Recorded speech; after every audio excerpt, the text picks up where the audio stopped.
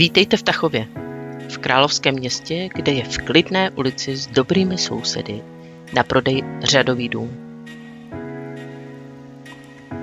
Právě teď vás zvu na prohlídku. V přízemí se nachází 2 obytné místnosti, toaleta a vstup do sklepa.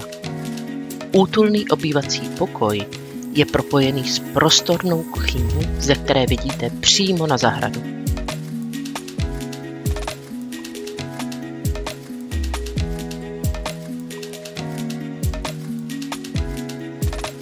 Druhé patro vám poskytne 2 průchozí pokoje.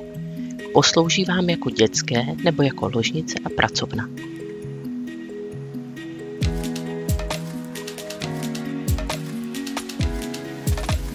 V mezipatře se nachází zrenovovaná koupelna s vanou. Vedle průchozích pokojů je samostatný pokoj třeba pro hosty a půdička je opravdu čistá. V domě najdete vše potřebné. Na uskladění vlastních jablek ze zahrady určitě využijete vlastní sklep. Tenhle dům má své kouzlo. Ať už Tachov znáte nebo ne, určitě oceníte skvělou polohu domu. Téměř kamkoliv se dostanete chůzí do 10 minut.